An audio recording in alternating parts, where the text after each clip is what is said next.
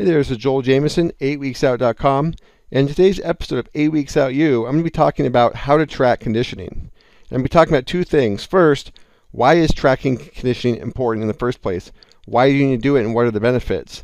Now, once we've covered that, I'm going to give you 3 simple, effective ways, tools that you can use right away to know if your conditioning is getting better, or just as important, if it's not improving or not getting any better. Now, first, let's talk about the performance model, and this is really at the heart of why tracking your conditioning is so important.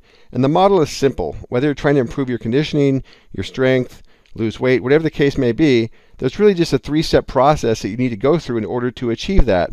Now, the first is simply test. You need to have some test in place to understand what needs to be done, what methods are appropriate, what exercises are appropriate, what volumes, intensities, and so forth and so forth. This is the information you use to create the training program.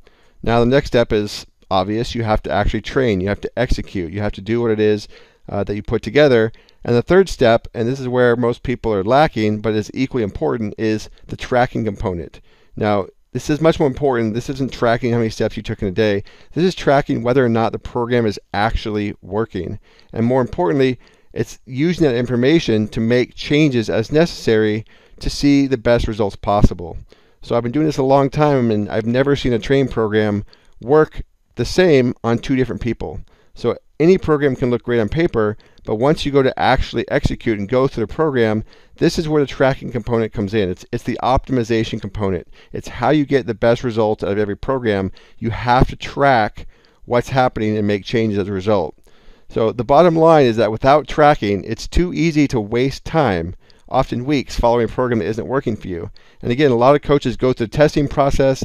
They train people 6 weeks, 8 weeks, 12 weeks, and then they test again to see if it actually worked. This can be a monumental waste of time. Why would you want to spend 8, 10, 12 weeks before you figure out if it actually worked? What you want to be doing is using a program that's working consistently throughout those 8 to 12 weeks. And if you're not doing any sort of assessment to realize or to track the progress, you're going to be missing out on a tremendous amount of effectiveness, and worst, you could be wasting a ton of time. So the truth is that conditioning should be improving on a weekly basis. You should be able to see consistent improvements week in and week out. If you're not seeing that, then chances are your program is lacking somewhere, and you need to know what's causing it. And of course, if you're not tracking it, you're not going to have any idea about how to fix it. Now, conditioning is more difficult than strength, at least people would think so, because when it comes to strength or power, it's easier to measure how much weight you can lift. If you're measuring conditioning, a lot of people don't really understand how to measure conditioning in the first place. So if you can't measure it, you have no gauge of it, it's difficult to understand whether or not it's improving. But we're going to give you 3 simple tools in this lecture that's going to talk about how to actually track your conditioning. So the first one of those is heart rate recovery. This is incredibly easy. It's powerful. It doesn't take much time. We'll talk about why it's so important. We're going to be talking about heart rate at a constant power output. Again, a simple and easy to use measure. Both of these require nothing more than a heart rate monitor and a stopwatch. And then third is heart rate variability. Now together, these 3 tools are all you need in order to track your conditioning, in order to add that third phase of the performance model and get the most out of every program. Rather than waiting 6 to 8 weeks to find out if your conditioning got better, you should be able to know workout after workout whether or not your conditioning is improving. And if it's not, you need to look at why and make changes so that your conditioning is going to keep improving. So first, let's talk about heart rate recovery. So what is heart rate recovery? Why is it so important? And then how can we use it as a measure of conditioning? So in order to get a little bit into this, again, we're not going to spend hours on this. We have to understand the basics of how the autonomic nervous system works. And really all we need to understand is that your body has the fight or flight system, which we call the sympathetic system or the stress response system. And this system is primarily responsible for increasing energy production. This is a catabolic system that largely drives and fuels the anaerobic side of things. And then you have the rest and digest system, or the parasympathetic system, which is largely or almost entirely aerobically driven, and its job is to be anabolic and to promote energy storage rather than an increased energy production. So when you're training, the higher the intensity, the more energy your body has to rely on, the more this sympathetic system comes into play. The more aerobic something is, the less that sympathetic system has to come into play. And this is the link between the autonomic nervous system and heart rate recovery and why it's so important. So let's look at a paper here by Martin Bouchet, who's done a lot of great research. And this paper was parasympathetic reactivation after repeat sprint exercise. Now, what they did is they had 3 different types of exercise that they had different groups do. Okay, and they show these on this bar graph here. The first one was 18 maximal all-out 15-meter sprints with 17 seconds of passive rest. So short sprints, 17-second rest. You can see the bar graph there in terms of the overall anaerobic energy cost of doing it. So obviously, short intermittent sprints, there's going to be a pretty strong anaerobic component to that. The second one was a moderate isocaloric continuous exercise session. Now what that means is that this session burned the same amount of calories as the first type of sprints, but it was a continuously performed exercise. It wasn't sprint. It was basically a moderate, constant speed, constant power output. And then the third one was a 12-minute high-intensity intermittent exercise. So it wasn't an exact period of work and an exact period of rest. It was high intensity and it was intermittent exercise. So what we're looking at in this graph here is exercise category 1 and category 3 with a high intensity interval type movements, and you can see those of course had a higher anaerobic component. Even though exercise number 2 burned the same amount of calories, there was of course a lower anaerobic component to it because it was continuous at a more moderate intensity. Now what they looked at here was heart rate recovery after 60 seconds between these 3 categories of exercise, and then they also looked at some heart rate variability stuff here as well. So in this graph here, heart rate recovery, a higher number means that their heart rate dropped more after 60 seconds. So what you can see there is that the first and the third groups, which again were the more anaerobically driven events, had very similar heart rate recoveries of slightly less than 40 beats per minute in this exercise or this example. Now the second one, which even though it burned the same amount of calories, because it was more aerobic, the heart rate recovered faster. And you can see here, the heart rate recovered greater than 50 beats per minute. So what this tells us is simply that the greater the drop in heart rate after exertion, the more aerobic the event was. When your heart rate drops less, it's because there was a greater level of sympathetically driven anaerobic energy production, and that's going to tell you what your conditioning is potentially like, simply because the more efficient you can be in your energy production, the more aerobically you can do something, the more you're going to be able to sustain it. Now again, this isn't something I can thoroughly talk about in this short lecture here, but simply put, the more your heart rate comes down after exertion, the better your conditioning simply is. It's an indication that your body was able to do more of the total work with less sympathetically driven anaerobic energy production. So you're going to be able to repeat that exercise over and over again without fatiguing as fast, which is generally speaking how we look at conditioning. When we look at the ability to do something over and over again without fatiguing. So heart rate recovery is a great measure of that. And let's talk about how to actually use it. Okay, there's several ways we can do this. First, we can measure heart rate recovery 60 seconds in between high intensity efforts as a gauge of progress. So if you have some interval exercise, you have some sprint drill, you have whatever sort of drill, we can use your heart rate recovery at 60 seconds after your exertion and gauge how quickly your heart rate is coming down as a measure of progress. Maybe week 1, your heart rate dropped 20 beats. Maybe week 2, your heart rate dropped 30 beats in between these sprints. Or maybe we see week 1, you could do 8 sprints with your heart rate dropping at 30 beats consistently. But as soon as you hit the 9th and 10th, it didn't drop nearly as much. Maybe week 2, you could hit 10 or 12 sprints before you start to lose a heart rate recovery. So it's a great way to just measure progress in between repeated sprint efforts, but you can also do it after a single all-out maximal effort, which we'll talk about later. So if you have some single all-out high-intensity effort, let's say you're a combat athlete, you're doing your sparring, let's say you're a sprinter, you're doing your 200 meters, your 400 meters, whatever the case may be, you do your all-out maximal effort, and then we record your 60-second heart rate recovery. And again, the more that heart rate drops in the same period of time, in that 60-second time period, the better your conditioning is getting.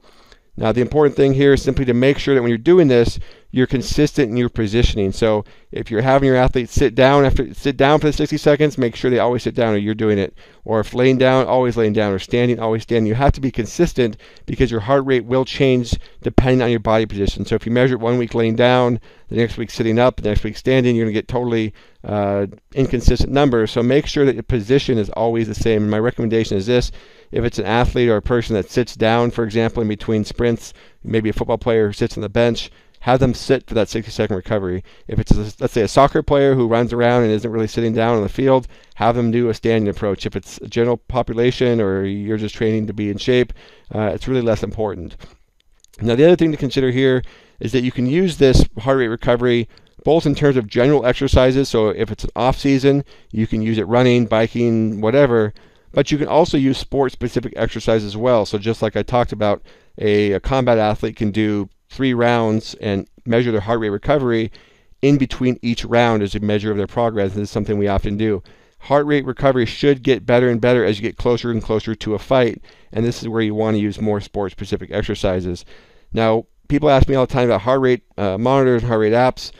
If you haven't used this, the Polar Team app is a free iPad app, and it's great for tracking heart rate and heart rate recovery with groups. All you need is a Polar H6 or Polar H7, and again, you can see on the screen there up to 12 people. You can see their heart rate, and of course, you can track your heart rate recovery. So it's just a real simple app that you can use if you're tracking with groups. Again, it's free. You just need to have the Polar app, the Polar Heart Monitor for it to work.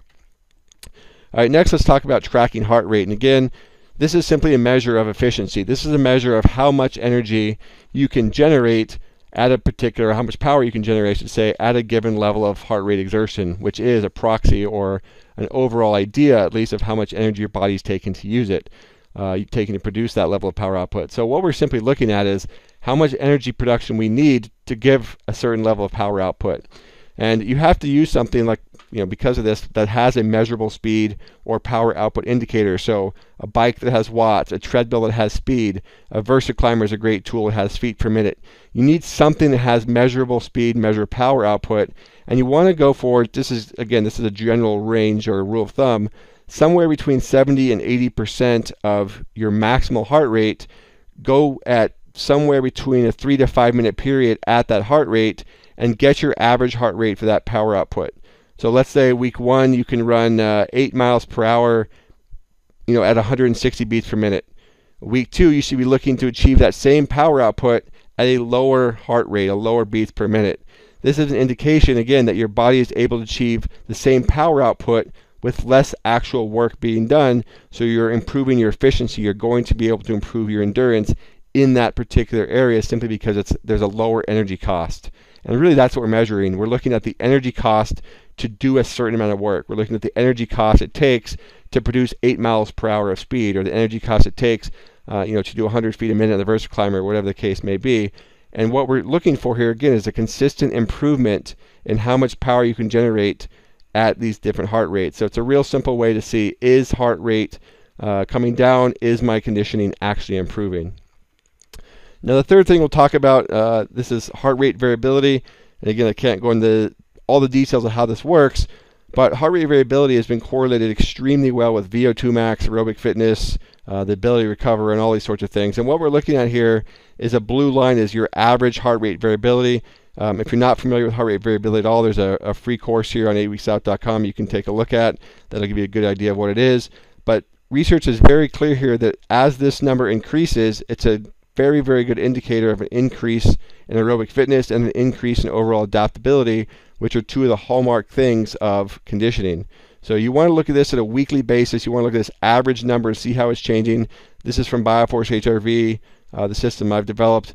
And looking just at this line over time is going to give you an indication of whether or not your conditioning is improving. And you can see this line, for example, where you see a steady period of improvement, followed by a short period where there wasn't much improvement, and then a rebound into a greater and greater increase, versus a period like this where you can see someone's conditioning steadily declining over a period of time. So you can see very different pictures in people's conditioning progress and tracking simply by looking at this picture of moving heart rate variability over time. All right, so let's talk about meaningful change to wrap things up here before we talk about putting together.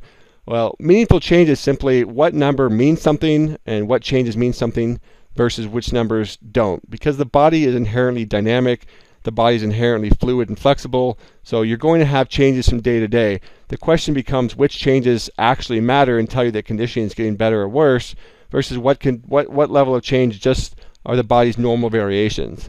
So I want to talk about just the 3 levels we've talked about here. First, if you're talking about heart rate at a given power output, anything above about a 5 beat per minute decrease at a given level of power output is a meaningful change. So if you go from 165 beats per minute at 8 miles an hour to 160 beats at 8 miles per hour, that's a meaningful change. Okay, 1 or 2 beats per minute might just simply be related to what you ate for the day or fatigue or whatever the case may be, but a greater or equal to 5 beats per minute decrease in your heart rate at a given power output is a meaningful change that conditioning is in fact improving. Same number, realistically speaking, here for heart rate recovery standpoint. If you can get greater than 5 beats per minute more, so in other words, week 1 you dropped 35 beats per minute, week 2 you dropped 40 beats per minute, that's a meaningful change. Okay, a couple beats here and there, not so much. Again, there's just more normal fluctuations and variability. That's just a inherent byproduct of how the body works. And then changes in heart rate variability, you're looking for anywhere in a 2 to 3 point increase in that weekly average over time. So that blue line, 2 to 3 point increase each week is an indication of a meaningful change in terms of your conditioning. And again, the body is inherently dynamic, it's fluid, so you're going to always be seeing changes. You want to be able to pick out which changes mean something and matter versus which changes are just, again, the body being the body and fluctuating as it normally does. So these numbers, this guide can help you just understand whether or not the changes you're seeing are meaningful or whether they're not. All right, so let's wrap things up here, putting it all together. Let's talk about how we can just use all these tools and how to put the pieces together the right way. So first, during the workout itself, you can look at changes in heart rate recovery from one exercise, one exercise in particular from 1 week compared to the next. And this is just a really simple way. If you have any sort of power output exercises, if you have any sort of sprints or intervals, you want to be able to see whether or not you're improving those exercises, and heart rate recovery really is the fastest way to do it. You use 60-second heart rate recovery as the standard, easiest way to do it. And again, if you're seeing continual drops in 5 beats per more, chances are your heart rate is improving because your conditioning is getting better. Now, this is just something you do periodically, or consistently, I should say, during different workouts. Something you can do once a week, and I prefer the first day of the week simply because you're the most likely to be fresh and less influenced by fatigue. But during the warm-up period, what I recommend is a 3 to 5 minute constant power output test to look at your average heart rate and your heart rate recovery. So again, this is a weekly test versus the first one, which is something you just do throughout your workouts. In the second one, let's say your Monday workout, part of your warm-up should be a 3 to 5 minute period where you keep your heart rate in that zone. Let's say it's 160, 170, somewhere in there, depending on your fitness levels. You keep it there for 3 to 5 minutes. You measure your heart rate at that particular power output, and then after the 3 minutes or 5 minutes, whichever you decide, or wherever time period you decide is up, then you do your heart rate recovery at 60 seconds. If you look at these two numbers once a week, you should see those numbers, again, improving over time as a very good indication of your condition improving. And again, looking for those meaningful changes will tell you if they actually matter or they're just normal variations. So the third way, again, is look for the average increase in HRV, or an increase in average HRV, again, on a weekly basis. So putting the pieces together, every time you work out and you do some sort of conditioning-based activity, compare your heart rate recovery. It's easy to do. You can incorporate right into the workout, and you can compare from 1 week to the next whether or not your heart rate recovery is improving in a particular exercise. And this can actually oftentimes be used to gauge whether or not it's time to rotate out to a different exercise, or to up the intensity, or to up the volume, the load of the exercise. As soon as you're seeing your heart rate recovery start to plateau, then chances are you can start to add in some more volume, some more intensity to continue to see an increase in conditioning. So, if you drop 30 beats 1 week and then 35 and then 40 and then you just hit 40 and you're not improving, chances are you can do more. You can handle more volume, more intensity, and whatnot. Now, the flip side of that, which I didn't talk about, is if you're seeing increases in the other direction, let's say your heart rate's actually coming down less, or it should decrease in heart rate recovery, I should say, that can be a sign that you're actually starting to overreach, overtrain. So equally as importantly, of course, is tracking whether or not your conditioning is working, or program's working. It's important to prevent overtraining, so you can use it for that way as well. So again, just 3 simple ways you can use this stuff. You can do little experiments and look at your heart rate recovery in between exercises or in between sets of an exercise, compare yourself to where you were last work or where you were last workout. Once a week you can do this constant power output test followed by a heart rate recovery, and again gauge your progress on that weekly basis from one Monday to the next. And then you can look at average HRV as a change over a weekly period and see if your average HRV is increasing. Now chances are, if your conditioning is getting better, one or probably all of these are going to show those signs of improvement. You're rarely going to see one's not improving and the other one is.